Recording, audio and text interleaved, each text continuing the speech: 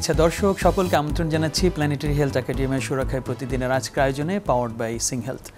দর্শক, আমরা জানি যে বাংলাদেশে ক্যান্সার চিকিৎসায় অনেক অগ্রগতি হয়েছে, কিন্তু তারপরও আমাদের পাড়ি দিতে হবে অনেকখানি পথ। বিশেষ করে বাংলাদেশের ক্যান্সার চিকিৎসার ক্ষেত্রে রোগীদের আরও কীভাবে তাদের ব্যক্তিগত প্রয়োজন যেটা আছে সেটাকে লক্ষ্য করে আমরা চিকিৎসা দিতে পারি, সেই জায়গাটায় আমাদের অগ্রগতির প্রয়োজন আছে।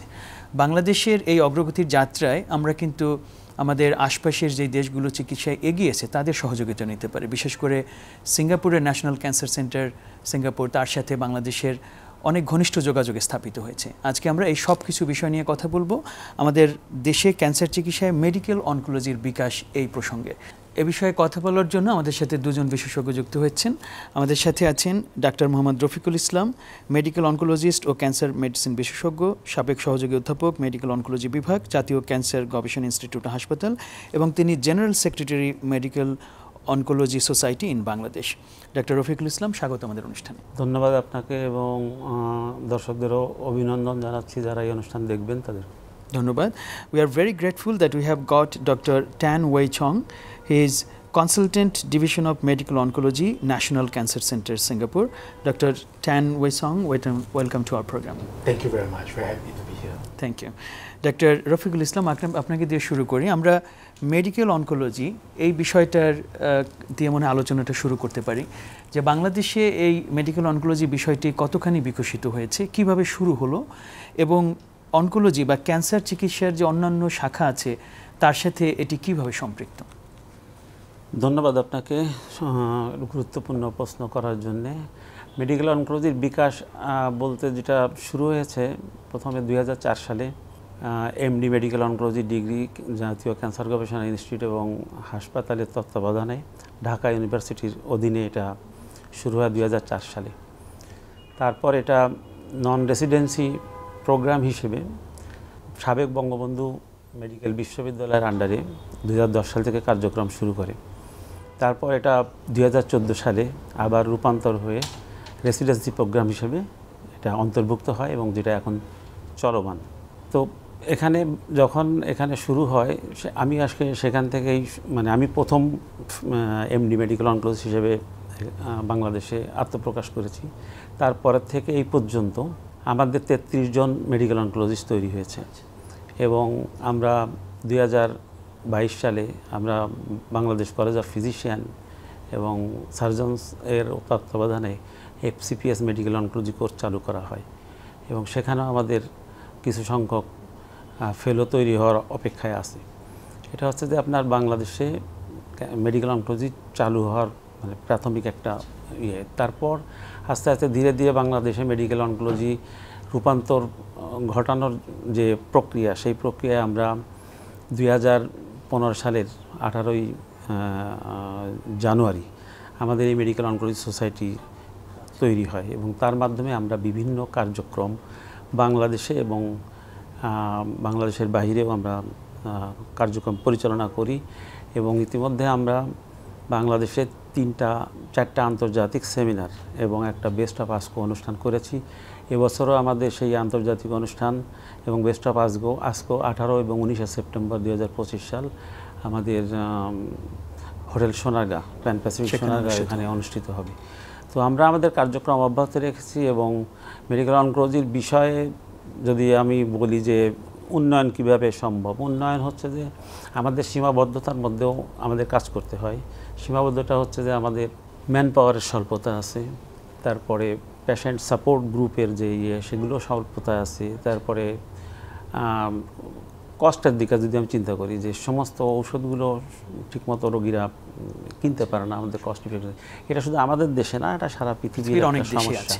এই জায়গাটা আমরা মনে হয় আরেকটু আসি যে জায়গাগুলোর চ্যালেঞ্জগুলো কি আছে এবং কিভাবে আমরা উত্তরণ করতে পারি। আমরা একটু ডক্টর চং ওনার কাছে একটু যাই।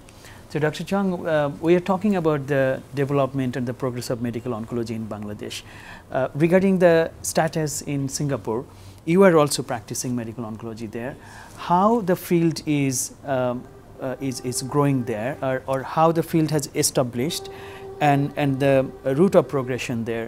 and what are the different type of specialties that are available under the umbrella of medical oncology in Singapore? Yeah, thank you for the question. So, I think as medical oncologists in Singapore, we typically go through internal medicine training first.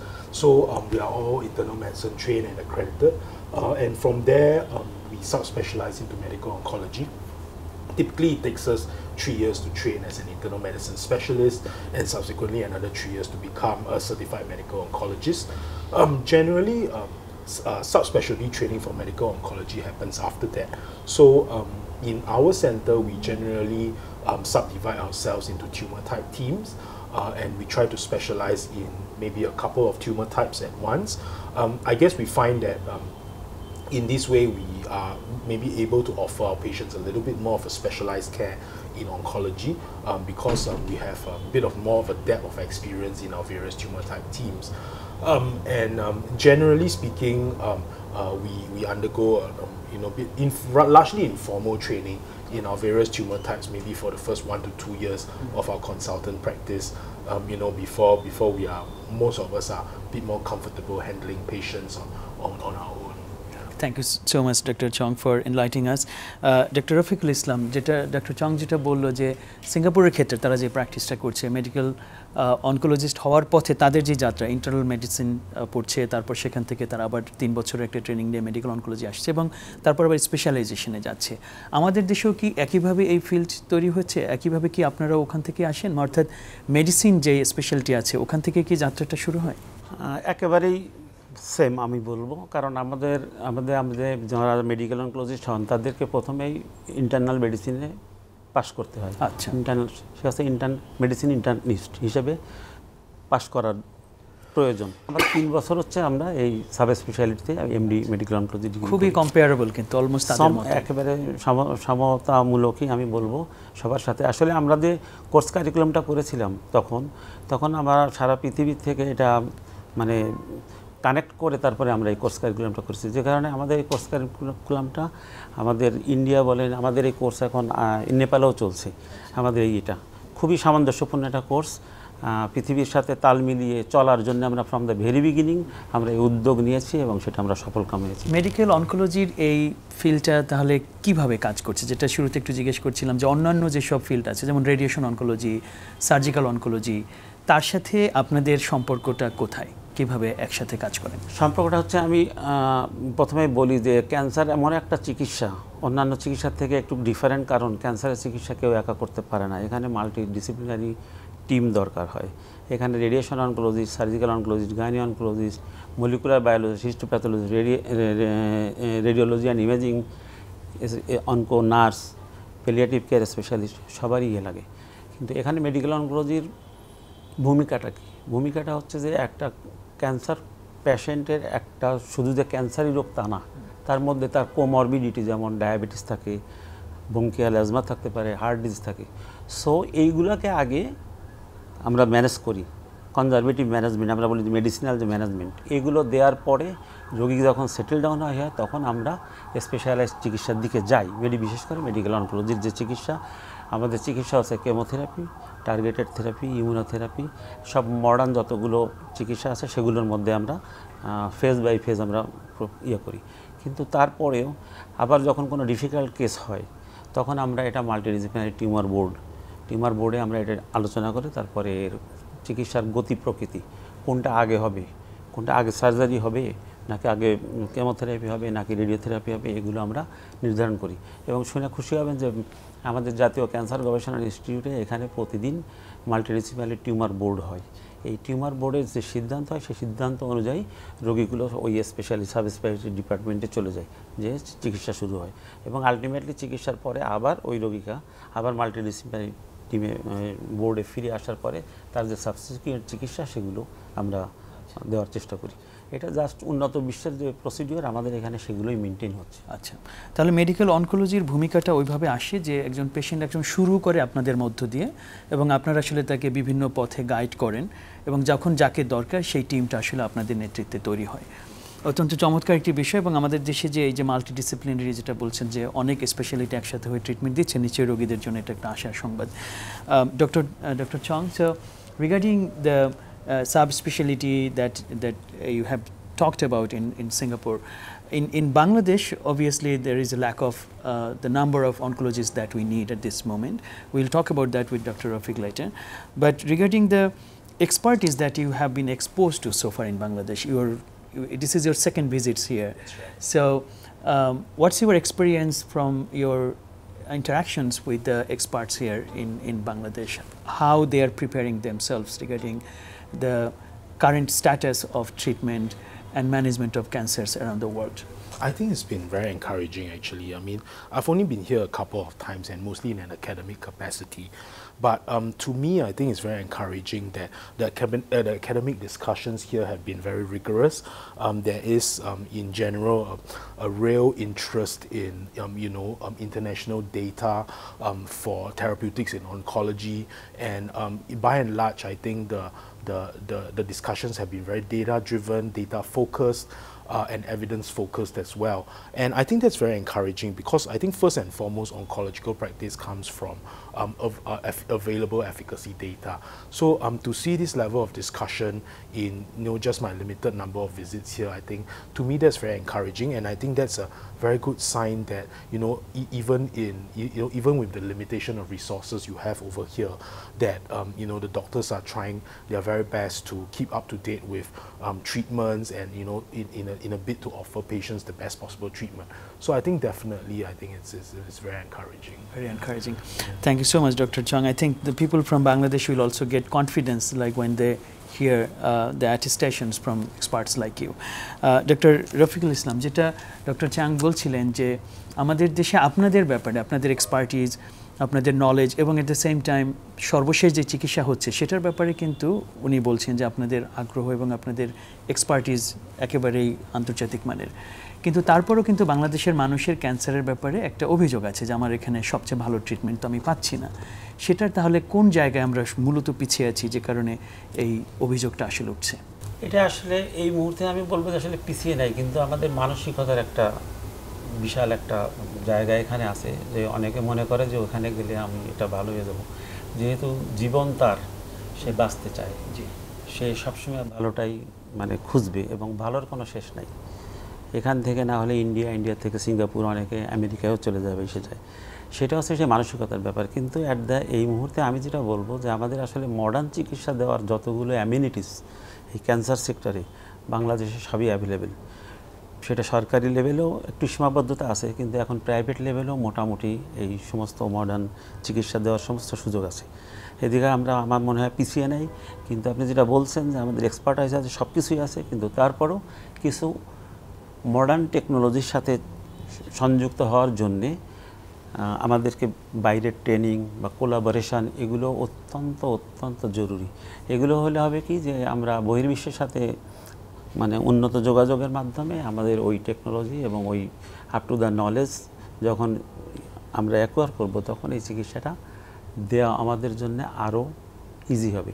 এবং আরও একটা মানসিকতা আছে, আমাদের রোগীরা সাধারণত যেটা দেখে যে ওনার কোনো ডিগ্রিটা কি, ওনার বিদেশি কোনো আছে কি না, এগুলো একটা ফ্যাক্টর হিসেবে আমাদের কাজ করে। আসলে যদিও এটা কোনো মূল ফ্যাক্টর না, মূল ফ্যাক্টর আছে এক্সপার্টাইজ কতটুকু আছে, সে কতটুকু পেশেন্টকে ডিল করতে পারছে, রোগীর সাথে তার সক্ষতা কতটুকু, patient and doctor relationship, that is very very important in building confidence regarding the treatment, very very important.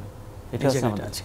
তবে আরেকটা বিষয়, যেমন আপনারা বাংলাদেশে যে ক্যান্সার রোগীদের সংখ্যা যে ক্রমবর্ধমান এবং অনেক পেশেন্ট, সেই তুলনায় আরও বেশি অনকোলজিস্ট থাকলে বোধহয় এই জায়গাটা আরও একটা গুরুত্বপূর্ণ অগ্রগতি। এটা ভালো বলছেন।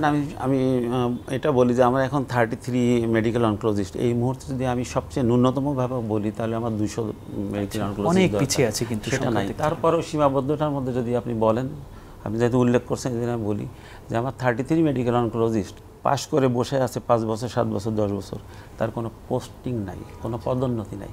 এটাও একটা factor.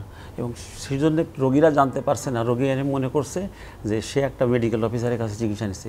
Basically is not a medical officer. এখন তার 8 বছর 9 বছর হয়ে গেছে, সে এখন অ্যাসোসিয়েট প্রফেসর লেভেলে থাকার কথা, কিন্তু এই সুযোগ সুবিধা নাই, যে কারণে আমরা সেই জনগণের দৌড়গোড়ায় ওইভাবে আমরা পৌঁছাতে পারছি না। এটা একটা বিশাল বড় রকমের একটা বিশাল প্রতিবন্ধক। আমরা এটা ওভারকাম করার চেষ্টা করছি আমাদের সোসাইটির মাধ্যমে। আমরা অলরেডি পোস্ট গ্রাজুয়েশনের জন্য গিয়েছি, সেখানে আমরা অনেক আগিয়ে গিয়েছি। ফাইনাল পর্যায়ে সেখানে আবার দেখা যাচ্ছে একটা ক্লজ দিয়ে আমাদের এটা ডিলে করছে। এবং আপনি জানলেই হবেন যে আমাদের পদোন্নতি, ডিপিসি পদোন্নতি হবে, সেখানে মাত্র একটা মাত্র পোস্ট, 3টা খালি আছে, 2টা মানে ফল্টি ইস্যুর জন্য দেখানো হয় নাই, সে 2টা পাবে না। হয়তো সে 1 সপ্তাহের মধ্যে এটা হয়ে যাবে, সেখানে একজন আগে অ্যাসিস্ট্যান্ট প্রফেসর পদোন্নতি পাবে। এটা তো খুবই ভয়ঙ্কর একটা। সুতরাং এই ইমপ্লিমেন্টেশন বাংলাদেশে আছে, এটা আমরা জানি, এটা নিয়েই আমরা কাজ করি, আমাদের রোগীদেরকে আমরা সেভাবে চিকিৎসা দেওয়ার চেষ্টা করি। আপনি আরও একটা জিনিস হবেন যে রাজনৈতিক পট পরিবর্তনের পরে আপনারা জানেন যে আমাদের পার্শ্ববর্তী দেশের সাথে একটা ভিসা জটিলতায় অনেক রোগী যেতে পারছে না, কিন্তু এই রোগীগুলো কিন্তু কোথাও যায় নাই, বাংলাদেশে আছে। এবং এই আমাদের যে চিকিৎসক যারা এই মুহূর্তে এক্সিস্টিং আছে, তারা কিন্তু এই বিশাল লোড আমরা কিন্তু কাঁধে নিয়ে কাজ করছি এবং সফলভাবেই করেছি। কোনো রোগী কিন্তু কোনো কমপ্লেন নাই যে তার সে চিকিৎসা পায় নাই সরকারি হসপিটালে বা বেসরকারি এসে, খুব সুন্দরভাবে ম্যানেজ করছি আমরা। তবে এখানে সরকারের এই জায়গা থেকে যেটা আপনি বললেন পলিসিগত যে বিষয়টা, এটি ঠিক করা কিন্তু প্রচণ্ড গুরুত্বপূর্ণ। কারণ আমাদের নইলে কিন্তু এখানে এক্সপার্ট যা আসবে সে আগ্রহটা কিন্তু থাকবে না যদি দেখে যে এখানে একটা ধারাবাহিক পদোন্নতি বলি এবং তাদের ক্যারিয়ার প্রোগ্রেশন, যেটা এটা একটা গুরুত্বপূর্ণ বিষয়। এটা তো অবশ্যই, যেহেতু সে যদি দেখে, যে তো খোঁজখবর নেয়, সে যদি দেখে যে আমি পাশ করে আমি পদোন্নতি পাবো না, সুতরাং সে ডিসইন্টারেস্ট হয়ে এই সাবজেক্টে, অথচ ক্যান্সার রোগী এত বাড়ছে, সেখানে তাদের জন্য এটা খুব দরকার। আমরা আশা করি এই বিষয়গুলো নিয়ে পরে আরও কোনো অনুষ্ঠানে আমরা কথা বলবো। ডক্টর চং, so regarding the treatment অ্যাডভান্সমেন্টস, we are talking about the expert knowledge that we have and the interest that we have among the young upcoming experts. But at the same time, regarding the training and the collaborations, if we can have more international exposures, connectivity, that will be hugely beneficial. So in your view, how we can be more proactive regarding the collaborations between NCCS or other organizations in Singapore and the different societies and bodies in Bangladesh? Oh, I think definitely. I think engagement, even from our end, it is a big priority for us. Engaging with our international collaborators, Bangladesh being one of our major collaborators. So I think like you said, education in medical oncology is a little bit of an unmet need in many parts of the world, even for medical professionals. Oftentimes, when I first got into oncology, my colleagues used to tell me it's as if we speak a different language. The treatment that we give is foreign to them, even doctors. And to top it all off, the genomics that's coming into oncology is so complex, and it's very difficult for oftentimes very inaccessible for even junior doctors and staff. And I think that's where outreach to our juniors are very, very important, whether be it in Singapore or in Bangladesh. Because I find a lot of the times once we engage our juniors and we make the effort to tell them more about oncology and everything, it turns from confusion to interest, because it's really very interesting. And to be honest, that's how I got into medical oncology in the first place. And I think fostering all these international collaborations, whether be it workshops like this, or whether be it more large-scale conferences and engaging the juniors to attend more of this, I think it's a very important part of piquing their interest in this area. And I mean, personally, this is also something that I'm quite passionate about back at home. I'm quite involved in medical education as well. Yeah. And that's amazing. I mean, you are already contributing here, we're offering workshop here. But regarding, as you have mentioned, some upcoming subjects and upcoming domains that are now integrating with oncology field, like genomics, personalized medicine, precision medicine, how important it is to also recognize, for example, the collaborations with universities and medical schools, how it is done in Singapore, because I think that can be quite a good recipe for Bangladesh to try. So I think genomic medicine is something that not just Singapore, I think elsewhere in the world we find it tough to integrate into medical school curriculum. So even in Singapore, the medical oncology representation in medical schools is probably a little bit limited. It's because medical students, they only have 5 years to learn everything they need to become a doctor, and priority is given to general medicine, surgery and such, for good reason, of course, for good reason. But I think this issue, precision medicine is already in oncology and is coming to many other specialties. So I think there's no escaping from it. Certainly in oncology, I think for me, as most certainly recognizes the need, and I mean, I think that's why they are intending to publish an ESMO handbook of precision oncology. Yeah, so I think there's a real need to integrate genomic medicine into medical school and even also into junior doctor education curriculum and all. In Singapore, this is mainly done through our outreach to junior doctors. So when they rotate through us, we make it a priority to do some genomic medicine teaching, whether be it from the germline setting, our cancer genetics service, or whether be it from the somatic setting. And of course, in oncology, the somatic setting is a very big space because almost all cancer now has an element of precision oncology. Thank you so much, because this is so important also for Bangladesh. So Dr. Rafiqul Islam, যেটা আজকেও যেমন একটা workshop হচ্ছে সেখানে precision মেডিসিনের কথা আসছে, precision অনকোলজির কথা আসছে, এবং যখনই এটা আসে তখনই জিনোমিক্স বা জেনোম সিকোয়েন্স, জেনোম টেকনোলজি এগুলোর কথা আসে। এই ক্ষেত্রে আমাদের দেশে যারা তরুণ ডক্টর যারা হচ্ছে, অনকোলজি হোক বা ইভেন অন্যান্য ফিল্ডে হোক, সেখানে তাদেরকে এই বিষয়ে সচেতন করা, তাদেরকে শিক্ষা দেওয়ার ক্ষেত্রে কি করা যেতে পারে? বিশেষ করে আমাদের বিশ্ববিদ্যালয়গুলোতে কিন্তু এ ধরনের নলেজ আছে, যেমন আমি ঢাকা বিশ্ববিদ্যালয়ে জেনেটিক ইঞ্জিনিয়ারিং আছি, এই বিষয়গুলো আমাদের অনেকখানি জানাশোনা। আপনাদের সাথে কিভাবে কোলাবোরেশন হলে আমরা এই দিকটা একসাথে এগিয়ে যেতে পারি বলে মনে করেন? এটা আসলে মানে ব্যাপক একটা সংস্কারের দরকার। সেটা হচ্ছে যেমন আমাদের MBBS কোর্সে ক্যান্সার সম্বন্ধে কোনো চ্যাপ্টার নাই, ইনক্লুড হয় নাই। এটা অত্যন্ত জরুরি, কারণ একটা ছাত্র যখন এখানে ঢুকছে, তার একটা ইন্টারেস্ট গ্রো করতে হবে। সে ক্যান্সার সম্বন্ধে কোনো কিছুই এখানে পড়ে না, অন্যান্য সাবজেক্ট পড়ে, কিন্তু সুতরাং ইন্টারেস্ট ওইখান থেকেই সে ফল করছে বা জানে না। পরবর্তীতে যখন যারা এখানে আসছে, দেখা যাচ্ছে যে তাদের কোনো না কোনো আত্মীয় বা মানে ক্যান্সার হয়েছে, সেই ইন্টারেস্টে অনেকেই আসছে। ম্যাক্সিমাম যাদের ইতিহাস আমরা দেখেছি আর কি, যেমন আমার বাবার ক্যান্সার ছিল, আমি ওখান থেকে হয়তো আগ্রহ তৈরি হয়েছে। এটা একটা বিষয়। আর দ্বিতীয়ত বিষয় হচ্ছে যে আমাদের বিশ্ববিদ্যালয় পর্যায়ে যেখানে আমাদের অনকোলজিস্ট সংখ্যা বাড়ানোর জন্য যেখানে এন্ট্রি পয়েন্ট, সেখানে মাত্র বছরে 4 জন ঢুকতে পারে, যেখানে আমাদের দরকারও অনেক, সেখানে 2 জন সরকারি 2 জন বেসরকারি এই মুহূর্তে। এটার জন্য আমরা চেষ্টা করে যাচ্ছি, হয়তো ইনশাআল্লাহ ভবিষ্যতেই যাব। তৃতীয়ত কথা যেটা বলছেন যে ক্যান্সারের যে চিকিৎসার ল্যান্ডস্কেপ, এটা কিন্তু ডে বাই ডে চেঞ্জিং। যে মোর কেমোথেরাপির থেকে এখন towards the targeted therapy, immunotherapy and more precision medicine. এখন এই প্রিসিশন মেডিসিন বা টার্গেটেড থেরাপি দিতে গেলে আপনার মলিকুলার বায়োলজি ছাড়া, জেনোমিক্স ছাড়া কোনো দিনও সম্ভব না। এইখানেও আমরা বাংলাদেশ, আমাদের এখানে এটার অভাব আছে, যদিও এখন সবাই এগিয়ে আসছে বিভিন্নভাবে এই মলিকুলার ল্যাব প্রতিষ্ঠার মাধ্যমে, যদিও এটা স্বয়ংসম্পূর্ণ না, কিন্তু স্বয়ংসম্পূর্ণ করার চেষ্টা চলছে। আশা করি ভবিষ্যতে ইনশাআল্লাহ আমরা এই ব্যাপারেও স্বয়ংসম্পূর্ণ হব, এবং যে মোস্ট মডার্ন চিকিৎসা যেটা বলছেন প্রিসিশন মেডিসিন, এটা আমরা অবশ্যই এখানে করতে পারবো, সেটা ডেফিনেটলি কোনো সন্দেহ নাই। Yes, thank you.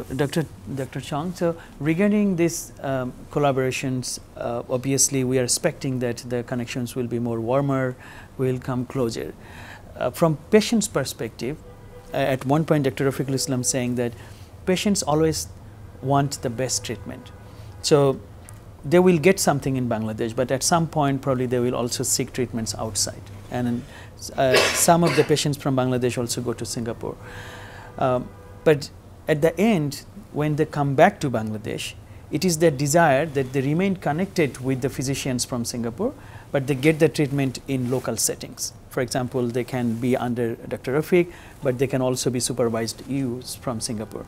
Is anything that can be done that can be more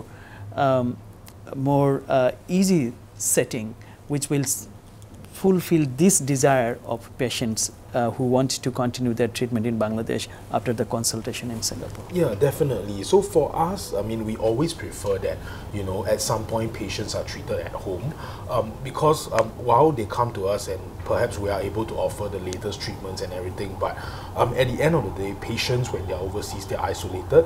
They may not have the proper support system in place to tide them through the treatment and everything. So eventually when patients go home, of course, we always hope that the oncologist back in their home country is able to continue the treatment for them. And to that end, we have explored few options before. So for example, we have had patients who perhaps we prescribe the medications, the prerequisite medications, for a period of time, and the oncologist back in their home country follows up. These medicines can be oral. Oral makes it easy. If the patient is willing to, we can always just prescribe, for example, 3 months of treatment, and the patient can take that 3 months of treatment at home, be monitored by their oncologist. For IV, for intravenous medicines, it's a little bit more tricky, but we've done it before. We have given patients vials of treatment if, let's say, it's not available in the home country. Of course, it makes it tricky because it also depends on the medication stability. Certain of our drugs, they're not very stable over time, and so this may not be an option. But as much as possible, a lot of times we can do that. Yes, I think that will be very appreciated by the patients. So, Dr. Rafiqul Islam, আপনাদের যে society যেটা medical society oncology society in Bangladesh, এটার মাধ্যমে আপনারা বাংলাদেশের cancer চিকিৎসার ল্যান্ডস্কেপে ভবিষ্যতে কী ধরনের পরিবর্তন আপনারা প্রত্যাশা করেন এবং কন্ট্রিবিউট করতে চাচ্ছেন? এটা অত্যন্ত গুরুত্বপূর্ণ। আমি যেটা বলেছি যে আমাদের ভবিষ্যৎ পরিকল্পনা যেটা, যে আমরা এটা প্রত্যেকটা অর্গান ওয়াইজ চিকিৎসার মধ্যে চলে যাব। ক্যান্সার একজন ডাক্তার সমস্ত ক্যান্সারের চিকিৎসার কোনো প্রয়োজন নাই। কেউ লাং ক্যান্সার নিয়ে করবে, কেউ ব্রেস্ট ক্যান্সার, কেউ কোলোরেক্টাল ক্যান্সার, কেউ হেড নেক নিয়ে করবে। এইভাবে যদি আমরা ডেভেলপ করতে পারি তাহলে এটা মোর স্পেসিফিক চিকিৎসার মধ্যে যাওয়া হবে এবং আলটিমেটলি রোগীর যে আমাদের যেটা আপনি বলছেন যে কনফিডেন্স এবং বিদেশ যাওয়ার প্রবণতা, সে যখন দেখবে যে এইখানে ট্রিটমেন্ট এবং এখানে ট্রিটমেন্টে দেয়ার ইজ নো ডিফারেন্স, তখন এই যে কনফিডেন্স আমি যেটা বললাম এবং ডক্টর পেশেন্ট রিলেশনশিপ, এটা বিল্ড আপ হলেই আপনি দেখবেন যে আমাদের এখানেই সমস্ত কিছু আমরা মেনটেন করতে পারছি। এটা হচ্ছে আমাদের একটা পরিকল্পনা। দ্বিতীয়ত আমি বলেছি যে এক্সপার্টাইজ ডেভেলপের কোনো বিকল্প নাই এবং এই এক্সপার্টাইজ এর কোনো আপার লিমিট নাই। সুতরাং আমরা আমাদের কন্টিনিউয়াস যে প্রচেষ্টাটা থাকবে। বিভিন্ন আন্তর্জাতিক সোসাইটির সাথে আমরা যোগাযোগ রক্ষা করি, তাদের সাথে প্রোগ্রাম করি এবং এই যে আজকে আমরা সাইন হেলথের সাথে এমওইউ করলাম, উদ্দেশ্যটি এইটাই যে যারা আমরা আমাদেরকে আপগ্রেড করতে পারি সো দ্যাট যে আমাদের দীর্ঘজন সেখান থেকে বেনিফিট হয়। এবং আপনি অলরেডি জানেন যে আমরা অনলাইনে আপনার পিএইচের মাধ্যমে আমরা বিভিন্ন জায়গায় আমাদের যে অনলাইন যে শিক্ষামূলক কার্যক্রম সিএমই এগুলো আমরা চালাচ্ছি। আমরা বাংলাদেশের মধ্যে বিভিন্ন নিজেদের মধ্যে আমরা সিএমই করতেছি, তারপরে ইন্টারন্যাশনাল সেমিনার আমি বললাম এটা করছি এবং এটা প্রতি বছর অব্যাহত থাকছে এবং আমরা প্রতি বছর বিভিন্ন উপায়ে বিভিন্নভাবে আমরা আপগ্রেড করে বিভিন্নভাবে আমরা এটা আনছি। যেমন গত বছর আমরা বেস্ট অফ অ্যাসকো করেছি, যেটা বাংলাদেশে এই প্রথম এবং এবারও আমরা সেটাও করব। এর আগে আমরা প্রিসেপ্টারশিপ প্রোগ্রাম করেছি, বিভিন্ন প্রিসেপ্টারশিপ প্রোগ্রাম। সুতরাং আমাদের এই প্রোগ্রামগুলো ট্রেনিং প্রোগ্রামগুলো চলছে আমাদের যারা ফিলো আছে তাদের জন্য। এটা চলতেই থাকবে ইনশাল্লাহ এবং এর মাধ্যমে আমরা আমাদের কার্যক্রমের মাধ্যমে আমরা আমাদের ক্যান্সার চিকিৎসা বাংলাদেশে যে উন্নতি ঘটানো এটা চলতে থাকবে। এটা কন্টিনিউয়াস প্রসেস, এটা এমন না এন্ড, এটা চলতেই থাকবে। অনেক ধন্যবাদ ডক্টর রফিকুল ইসলাম। আমরা প্রায় অনুষ্ঠানের শেষের দিকে, আমি ডক্টর চং, we are almost at the end of the program. So regarding your collaborations here and also your institutional commitment here, we know that today we have signed an MOU between the Medical Oncology Society in Bangladesh and NCCS SingHealth. So how do you envision the future? How you think Bangladesh and Singapore both bi-directional improvement or development can come from this kind of collaboration? I think for me, probably 2 ways. Of course, clinical collaborations is always key and it's an integral part of our practice anyway. you know, we share patients across borders. Many patients come to NCC and, you know, they eventually go back to Bangladesh, and obviously there can be a lot of learning in terms of, you know, exchanges of, you know, treatments of individual patients and stuff like that. So I think the clinical collaboration is probably one key part.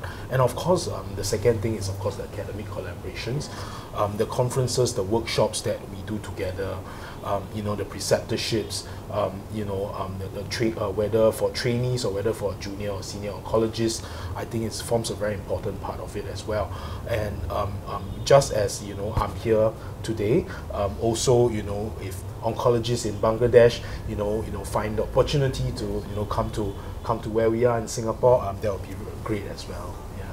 Thank you so much. I think this kind of bidirectional communications will be the most important and prized things for the patients. Like at the end, patients, as you said, the heart of the care, so they will be extremely benefited. Dr. Rafiq, আমরা একেবারে শেষের দিকে, কিন্তু আপনার বক্তব্য দিয়ে মনে আমরা একটু কনক্লুশনে যেতে পারি যে আপনার আসলে কি ধরনের প্রত্যাশা আমাদের পলিসি মেকারদের কাছ থেকে, দেশে যারা সিদ্ধান্ত নিচ্ছেন উপর লেভেলে চিকিৎসা ব্যবস্থায়, ক্যান্সারকে এখন আলাদা করে কেন দেখা দরকার এবং তাদের কাছে আপনার কি আহ্বান থাকবে? ক্যান্সার আলাদা করে দেখার কারণ এই কারণে যে এখন আমি যদি মানে ফিউচারের কথা চিন্তা করি, প্রত্যেক ঘরে ঘরে একজন ক্যান্সার রোগী থাকবে, এরকমই একটা পর্যায়ে আমরা চলে যাচ্ছি। সুতরাং এই বার্ডেনটা যদি আপনি এখন থেকে না বুঝেন, তাহলে আপনি এই স্বাস্থ্য ব্যবস্থায় ক্যান্সারের যে ম্যানেজমেন্ট, এটা আপনি করতে পারবেন না। সেটার জন্য পলিসি মেকিংয়ে আমরা চেষ্টা করছি, আমি যেটা বলেছি আপনাকে অলরেডি, যে মেডিকেল অনকোলজিস্টের সংখ্যা বাড়াতে হবে এবং তাদের যথাযোগ্য মর্যাদা, তাদের বিভিন্ন পোস্ট ক্রিয়েশনের মাধ্যমে এটা করতে হবে। বেসরকারি যে প্রতিষ্ঠানগুলো আছে তাদেরও আগে আসতে হবে, এসে তাদেরও সেখানে এনগেজ করতে হবে, কারণ এই এক্সপার্টাইজগুলো নষ্ট হয়ে যাবে যদি সে ওয়ার্কিং প্লেস না পায়। বা আপনি যেটা বলছেন, যদি আমি কাজের উপযুক্ত পরিবেশ না পাই, তাহলে আমি ইন্টারেস্ট হারালে আমি কী হবে, আলটিমেটলি সে এই লাইনে আসবে না। আর দ্বিতীয়ত কথা, আমরা একটু পিছিয়ে, যেটা ওনাদের মানে সিঙ্গাপুরে আছে বা অন্যান্য দেশে আছে, আমাদের এখানে কোনো ক্লিনিক্যাল ট্রায়াল আদৌ তো পক্ষে নাই। আমরা এদিকেও ধাবিত হওয়ার চেষ্টা করব ডেফিনেটলি আস্তে আস্তে। আমাদের যখন ম্যান পাওয়ার বাড়ছে এবং অন্যান্য সবাই এগিয়ে আসছে, তাদের সহযোগিতায় আমরা ক্লিনিক্যাল ট্রায়ালও আমরা চালু করার পরিকল্পনা আছে। আর সর্বশেষ আমি সবাইকে আপনাদের ধন্যবাদ জানাচ্ছি এবং দর্শকদেরকে, এবং লাস্টলি আজকে সাইন হেলথকে ধন্যবাদ জানাচ্ছি যে তারা একটা আমাদের সাথে এমইউ স্বাক্ষর করেছে, যার মাধ্যমে আমরা আশা করি বেনিফিটেড হব। এবং আমি ধন্যবাদ জানাচ্ছি মিস্টার ট্যাং হই চং for coming here Bangladesh and give time with us. So many thanks. No, thank you for inviting me. Thank you very much. Thank you আপনাদের দুজনকে কৃতজ্ঞতা জানাচ্ছি। Thank you so much doctor Chang for giving us time and doctor Rafiq আমাদেরকে সময় দেওয়ার জন্য ধন্যবাদ দুজনকে। দর্শক, শেষ করছি সুরাখায় প্রতিদিনের আজকের আয়োজন। ডক্টর রফিক, ডক্টর চং সিঙ্গাপুর থেকে, দুই দেশ থেকে দুজন ক্যান্সার বিশেষজ্ঞ, কিন্তু তাদের যেই ইমোশন, তাদের যে উদ্দেশ্য, সেটি কিন্তু এক। আমাদের ক্যান্সার রোগীদের জন্য আরও সঠিক চিকিৎসা, আরও আন্তরিক চিকিৎসা কীভাবে করা যায়, সেটি নিয়েই কিন্তু তাদের মিশন। আমরা আশা করব আমাদের দেশে যারা সিদ্ধান্ত নেন আমাদের চিকিৎসা ব্যবস্থার কোন দিকে যাবে, গতিপথ কী হবে, তারা নিশ্চয়ই তাদের এই আবেগটুকু বুঝবেন, তাদের এই ডেডিকেশন, সেটাকে তারা মূল্যায়ন করবেন এবং সত্যিকার অর্থে বাংলাদেশি ক্যান্সার রোগীদের সেবায় তাদের এই আত্মত্যাগটুকু আরও সফল হোক, সেই পথটিকে তারা সহজ করে দেবেন। সে আহ্বান রেখে আজকের মতো শেষ করছি সুরক্ষায় প্রতিদিনের আয়োজন।